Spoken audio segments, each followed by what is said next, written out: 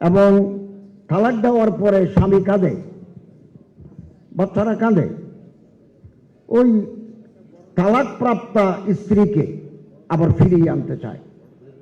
তখন তারা শরীয়তের অপব্যাখ্যা করে হিলে বিয়ে, যেটাকে বাংলায় বলে হিল্লে বিয়ে, হিলা সাজি, এগুলো করেছেন।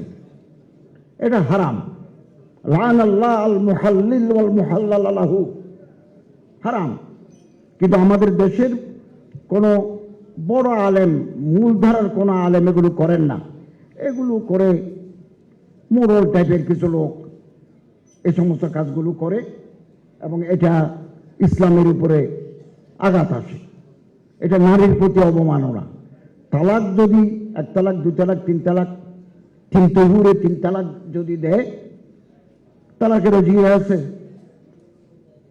ওই মহিলা মা, তিনি সুশোধিত হয়ে যাবেন, স্বামীর মধ্যে অনুশোচনা আসবে, রাজাতের মাধ্যমে আবার দাম্পত্য জীবন শুরু করতে পারবে। আমরা যে একসাথে 3 তালাক দিয়ে দিই, এটা শরীয়ত সম্মত হলেও হযরত ওমর রাদিয়াল্লাহু তাআলার বাক্যমতে তার শাস্তি হওয়া দরকার।